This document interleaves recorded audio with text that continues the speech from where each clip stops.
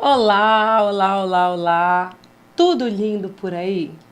Se pega aqui nessa dica que eu vou te dar agora. Seja gentil com você mesmo. Ou pelo menos tente, né, gente? A dúvida de hoje é, cara, por que que nós somos os nossos piores críticos? A gente não deveria ser, né? Hoje nós vamos falar sobre isso, sobre autogentileza, sobre carreira, sobre o peso das escolhas, né? O peso da necessidade de sobreviver sem cair naquela romantização, siga seus sonhos, viva pelo propósito. Solta a vinheta aí.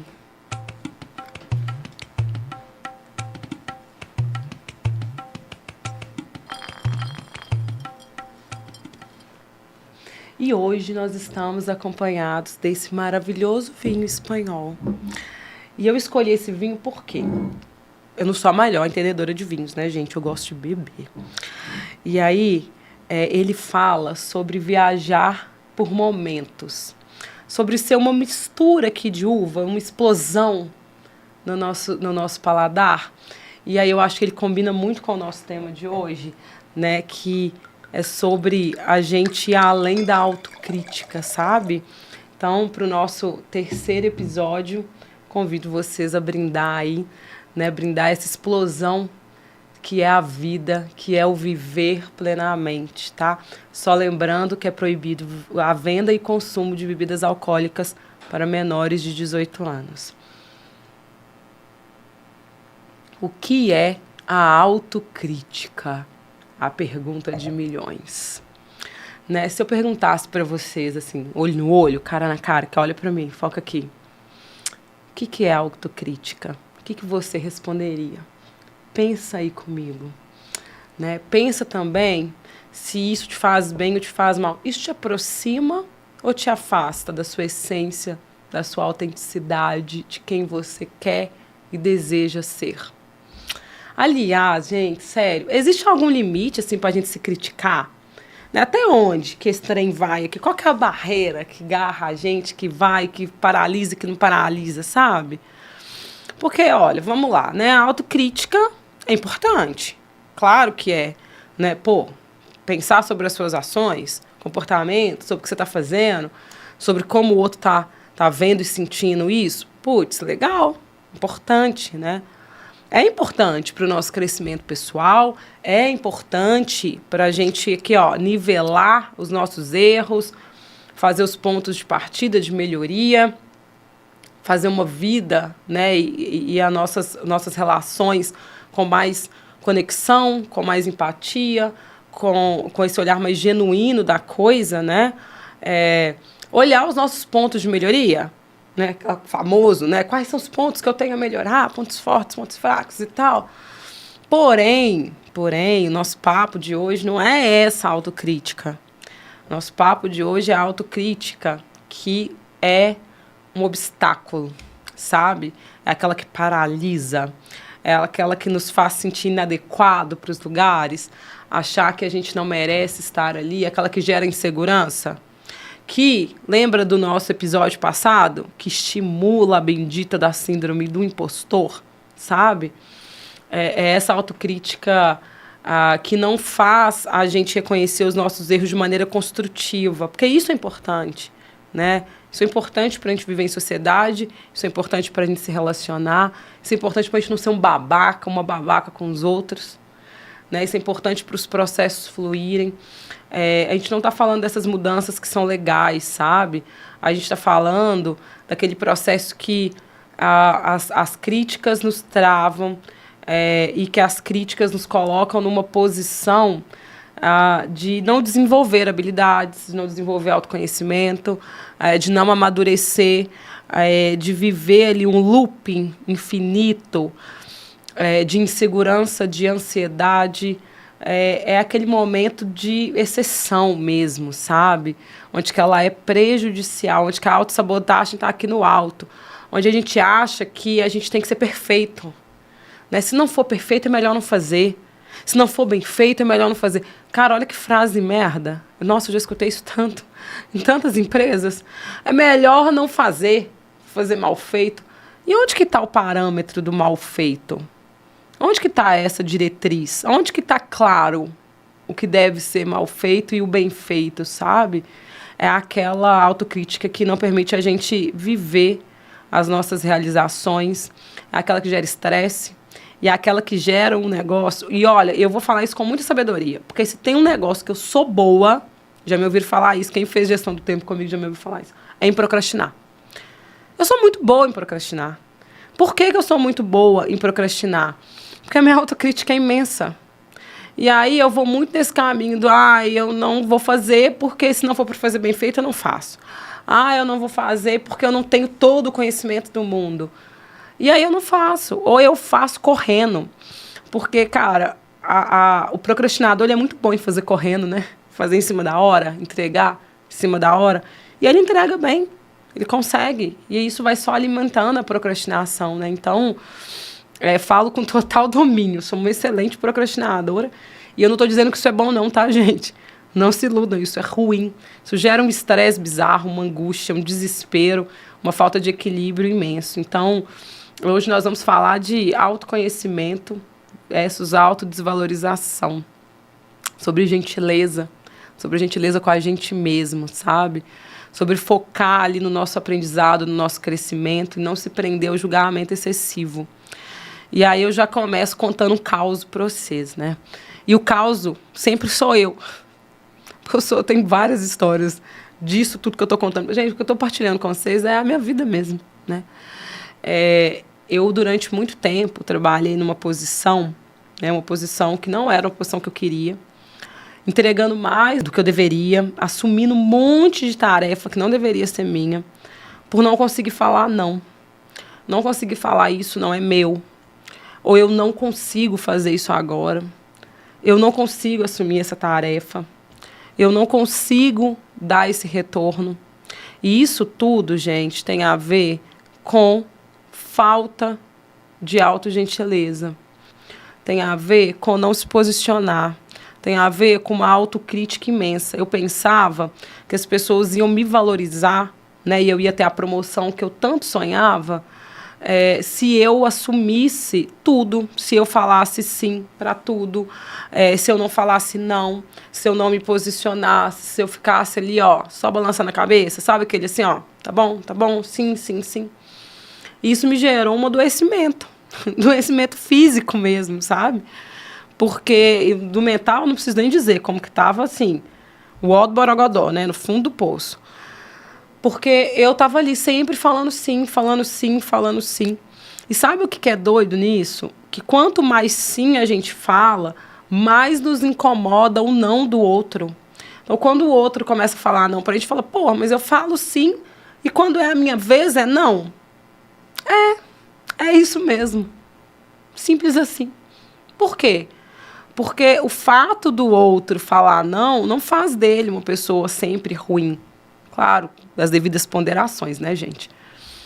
Mas não faz dele ruim. Faz ele alguém que se posiciona, cara, com uma comunicação confiante, com uma autocrítica legal, com uma autogentileza, né?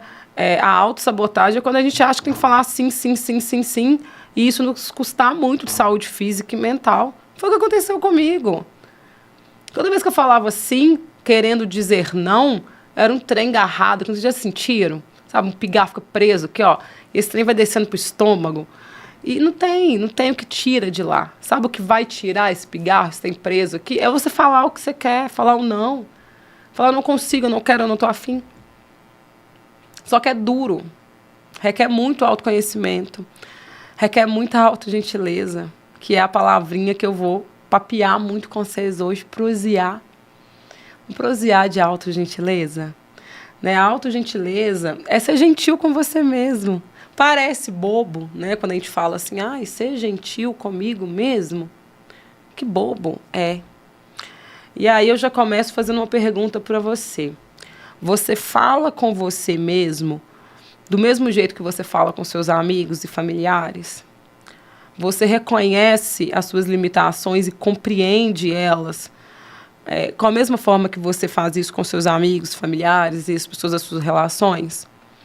Você reconhece os seus erros e dá peso para eles, né? Da mesma forma que você faz com as pessoas quando elas contam o erro dela para vocês? Você acolhe, né, os seus esforços, seus progressos, suas falhas? Né? Você consegue, na sua carreira, ponderar isso? Né? Falar de você mesmo com esse prazer? Porque normalmente, sabe, gente, a gente mistura muito essa autogentileza com arrogância. E são coisas muito diferentes, sabe? Eu posso reconhecer o meu erro, eu posso reconhecer que eu falho, eu posso reconhecer naquilo que eu sou foda, que eu sou bom pra caramba, que eu sou top, sem ser arrogância. Arrogância não é isso. Arrogância é quando eu não quero mais aprender. Quando eu acho que eu sei e domino tudo. Isso é arrogância. Eu saber que eu sou foda e eu valorizar e reconhecer isso e estar aberto às pessoas, à diversidade, ao novo, aos pensamentos, isso não é arrogância não, gente. Isso é autogentileza, isso é autoconhecimento. Sabe? É a gente conseguir brindar as nossas vitórias, celebrar os nossos momentos. E no caminho profissional, isso é muito difícil e é muito complexo, porque a gente vive ali os altos e baixos o tempo todo, sabe? É desafio, é incerteza, é chefe, é pressão, é resultado, é meta, é o pau quebrando, é caótico mesmo. Já tive desse lado aí, eu sei como é na prática, na pele, no sangue.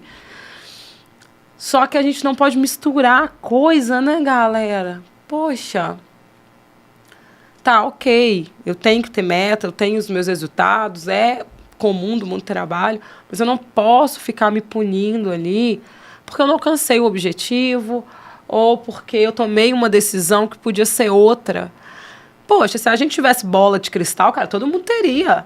Bolinha que é como vai ser essa decisão? Qual vai ser o resultado que eu vou...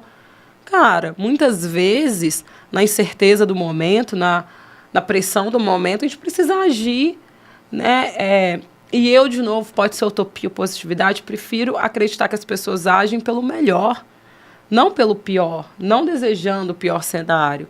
Né? Que elas escolhem o melhor mesmo, sabe?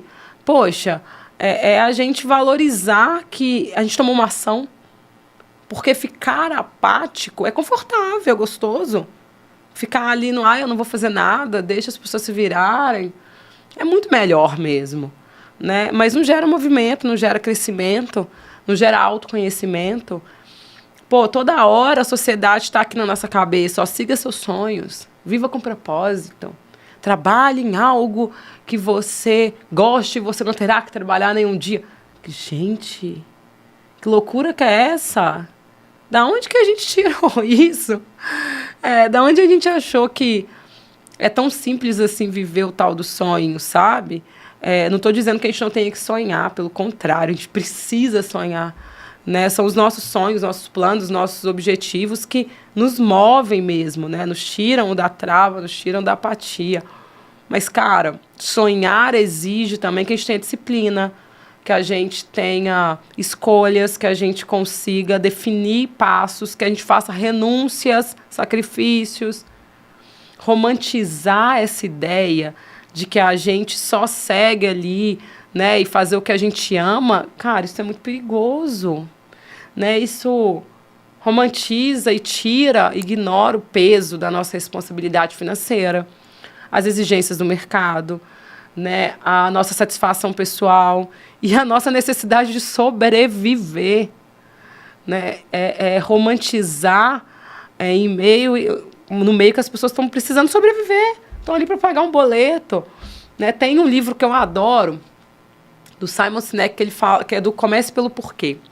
E esse livro, ele fala disso, assim, da gente entender o porquê a gente faz algo, né? E tem uma parte que ele fala assim, se a gente tem clareza do nosso porquê, fica mais fácil da gente posicionar o que a gente quer, posicionar a nossa autenticidade e nos posicionar diante das pessoas.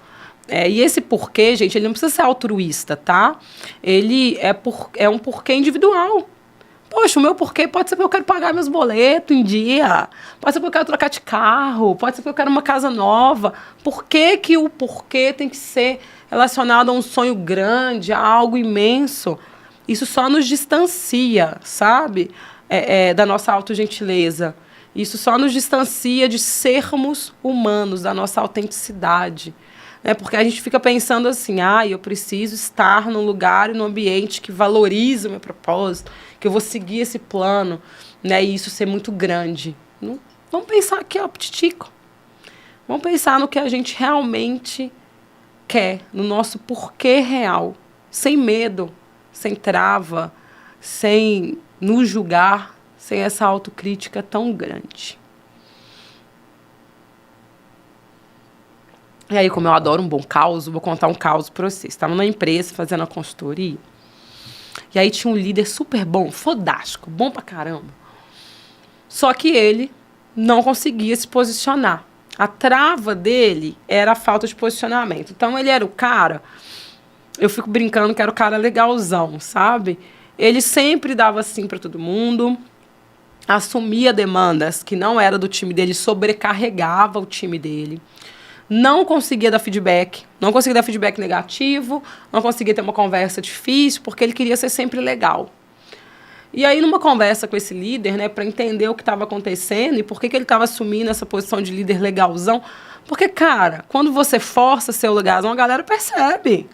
Te contar, quem está no seu entorno que está vendo ali, que você não está sendo autêntico, que você não está sendo verdadeiro com as suas escolhas, com a sua essência, com os seus valores, todo mundo percebe. Não se iluda, todo mundo está vendo. E você já sabe, né? Quando a pessoa quer ser legalzão, qual que é o nome que a gente dá? É falso mesmo, fingido. Esse mesmo que vocês pensaram. É. Só que o cara era bom. E por que ele estava assumindo essa postura? Por que ele estava querendo ser legalzão com todo mundo, sacrificando, inclusive, ele, os momentos dele e o time dele? Por quê? E aí eu fui para dentro, né? Entender. Fui bater um papo com ele, levar ele para prosear, tomar um chá. Aí, tomando chá, conversa vai, conversa vem, ele foi me explicar. Ele estava nessa empresa há muitos anos, sabe, gente? Muitos anos. Acho que devia ter uns 15 anos. E nesse percurso ali de carreira, ele não conseguiu fazer uma formação técnica, né, de graduação, de pós e tal, grande. Ele tinha uma formação técnica, mas era menor, assim. Estou falando da parte de qualificação mesmo, de dar o diploma ali, né? E os colegas dele, a empresa foi evoluindo e foi mudando o formato de contratação, e os colegas dele tinham formações muito maiores que ele. Era uma empresa que contratava muitas pessoas assim, de altas graduações, muitos MBAs e pós. E ele não tinha, mas ele tinha o conhecimento o quê? Da vivência, da prática, do dia a dia ali da empresa. E aí, pasmem, ele se sentia inferior. Ele se sentia menos. Como ele não tinha tantas qualificações técnicas, ele achava que ele não tinha valor. E aí, para compensar essa falta de valor, ele era legal com todo mundo e aceitava tudo. Só que nos bastidores, as pessoas achavam que ele era fingido, que ele era falso. E não era isso que ele queria passar para as pessoas. Ele queria passar para as pessoas que ele estava disposto a aprender. O posicionamento que ele queria ter de verdade é que ele estava disposto a aprender com elas, que ele queria que aquele conhecimento técnico viesse delas. Então, ele dava sim para tudo, querendo se enturmar mesmo, sabe? Querendo fazer parte do grupo. E, na verdade, isso estava distanciando ele do time dele e dos outros líderes. Olha como a autocrítica em excesso, ela gera um distanciamento genuíno das nossas relações. Olha como a autossabotagem nos coloca numa posição de inferioridade, sabe? Cara, a nossa vida vai ser cheia de altos e baixos. Os caminhos são desafiadores. A gente sofre, a gente consegue conquistar coisas diferentes dos outros, sabe? A gente vive vidas diferentes, contextos diferentes. E pautar isso, né? No sonho social, no sonho corporativo de viva o seu propósito, trabalhe com aquilo que você sonha, é um sacrifício. Só que não precisa ser, sabe, gente? Eu penso muito nisso, assim, inclusive uma golada para a gente pensar junto. Será que eu preciso me sacrificar tanto? Será que eu preciso me matar tanto para ser aceito? Será que eu preciso estar num nível tão pesado, sabe? De autocobrança, de perfeccionismo. Gente, onde o perfeccionismo se tornou uma qualidade que eu me perdi? Porque é isso, as pessoas acham que falar assim, eu sou perfeccionista, eu sou detalhista, é uma qualidade. Tá, e isso está me travando? Quando que isso me trava de viver plenamente os meus momentos, de estar presente nas minhas relações? Porque eu quero que tudo seja perfeito, tudo seja igual a um filme, uma TV, uma rede social, a vida de um influencer. Aonde a gente entendeu que isso é valor, sabe? Eu acho que a gente precisa ter planos e sonhos muito claros. Lembrar que o nosso cérebro, se não está claro, ele vai esquecer. Mas a gente precisa principalmente, sabe, dosar isso na nossa rotina. Dosar isso no nosso dia a dia. Não perder aquilo que é essência, aquilo que é essencial, aquilo que me traz autenticidade, sabe? Cara, é incrível quando você encontra alguém que é autêntico, que os valores são firmes. Isso dá brilho no olho. Aquela pessoa que você encontra e fala assim, porra, fulano tem um trem, tem um borogodó, né? Como é que tá na moda agora? Tem um molho. Esse molho é vontade de viver. Esse molho é plenitude, é autoconhecimento, é entender o seu potencial, é entender, né, aquilo que te move, sabe? A gente não pode deixar as nossas escolhas, deixar essa autocrítica tirar o nosso equilíbrio, a paz, a nossa saúde, sabe? Porra, sucesso não pode ser alcançado a qualquer custo, não, gente. O caminho é importante, sabe? Parece papo de coach, mas não é não, de verdade. Reconhecer aqui, ó, sabe, os ajustes, aquilo que a gente precisa mexer ali no processo, mas curtir o negócio, cara, sabe? Respirar, tomar um vinho, rir com os amigos, olhar às vezes para a rota e falar, ei, não combina comigo mais não, quero isso mais não, quero outra coisa. E tudo bem, que bom que a gente quer outra coisa, que bom que a gente é diferente, sabe? É comprometimento genuíno mesmo, assim, com a gente, principalmente. Com o ser humano, sabe? Com ser pessoa. E é só quando a gente se move nesse sentido e a gente está ali à inteira disposição do momento, do processo, é que a gente consegue que as coisas andem mesmo, sabe? Estar disposto a investir o que é necessário para crescer, mas de forma equilibrada, de forma consciente, sabe? Parar de ficar lendo o livro da chave do sucesso. Porque a chave do sucesso, gente, real, é a gente conseguir ajustar a rota quando necessário. É só isso. Porque a vida vai mudar, o pau vai quebrar. Uma hora você vai estar num emprego, vai querer ir para outro. Uma hora você vai ser demitido. Sua vida vai mudar, você vai terminar uma relação que você não queria ou que você queria. Enfim, a vida, ela é movimento, assim como a coragem, sabe? E se a gente não consegue, nesse meio, trabalhar a autogentileza, a autocompaixão, a gente vai afundar. E afundar num processo doloroso, de ansiedade, de desespero, de adoecimento, que não é legal. Então, se eu posso deixar um momento aí para a gente refletir junto nesse episódio, trace o seu caminho com muita sabedoria, com muita clareza, mas principalmente com autogentileza para a gente se permitir viver. Viver as mudanças, viver os cenários, viver tudo aquilo que a gente se dispõe com presença, com empatia, com autoempatia. E no nosso episódio de hoje, para encerrar, sempre tem um poeminha, e eu vou recitar para vocês um que eu amo, da Cora Coralina, que chama Permita-se. Recrie sua vida, sempre, sempre. Remova as pedras, plante roseiras e faça doces. Recomece. Diga a você mesmo o que você quer ouvir. Trate-se com carinho, com palavras boas. Não se maltrate, com pensamentos duros. Permita-se descansar quando o cansaço pesar. Seja gentil com as suas falhas, pois elas ensinam. Seja generoso consigo, pois você merece. A vida não espera, mas você pode caminhar no seu ritmo. Aceite-se, perdoe-se, acolha-se e siga. Com coragem e doçura no coração. Um brinde a nós, um brinde à autogentileza, um brinde ao autocuidado, à autocompaixão, mas principalmente um brinde a gente que se permite viver a vida, com todas as incertezas e altos e baixos que elas proporcionam. Até o próximo episódio. Obrigada.